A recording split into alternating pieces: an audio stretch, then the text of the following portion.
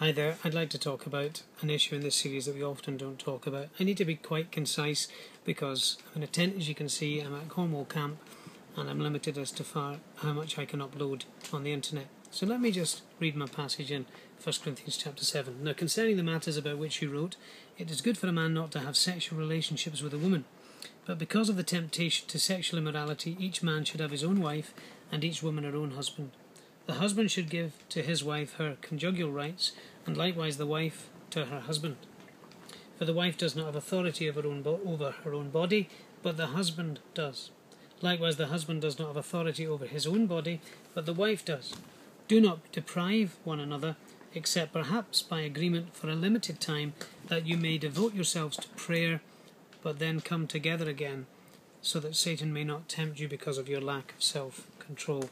Now, this is a really important issue, and one that often we're scared to discuss or talk about, but I want to deal with it very, very briefly. Not because it's not important, because we're time's limited, as I've said. I want you to remember that sex is a really important part of married life.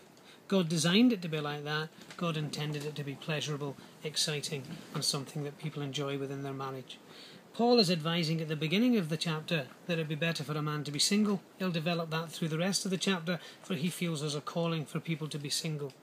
But when he deals with those who are married, he says, because of the temptation to sexual immorality, each man should have his own wife and each woman her own husband. So that just tells us that we have sex drive, we have desires that need to be fulfilled, and they are only honourably fulfilled within marriage. Marriage is honourable and the bed undefiled, Hebrews chapter 13 teaches. A couple of very simple things. Number one, every man is responsible to fulfill his wife sexually, and every wife is responsible to fulfill her husband sexually. That means you should be interested in each other, find each other attractive, spend time with each other, and delight each other in that particular physical way. And that is absolutely right. It's God ordained, it's God given. Number two, my rights are over my wife's body, her rights are over mine. My rights don't lie in my hands, they lie in hers. In other words, we care for each other, we provide for each other. It's not just on a whim whether I feel like having sex or enjoying that relationship, but it is because I and she want to fulfill and satisfy each other. Number three, we should never deprive each other of that. Verse number 7 teaches that. Verse number 5 teaches that. We should never deprive each other of that delight or that enjoyment unless it's by mutual agreement and for a limited time. It's by consent for a limited time. In other words, there's an end date. And it's something that we only do because there's a spiritual activity that we feel we need to abstain to be able to fulfill, prayer or fasting, as some translations say.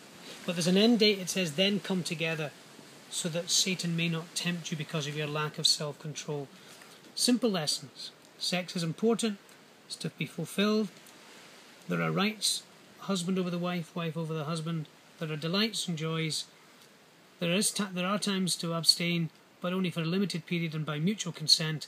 There must be an end date. You must come back together, and you must prevent yourself being tempted to sin and do things that are grieving to God. Now that's very brief, very short, but I hope it helps as we consider this great subject of marriage and the family, and that God would bless us through it. Thanks for listening.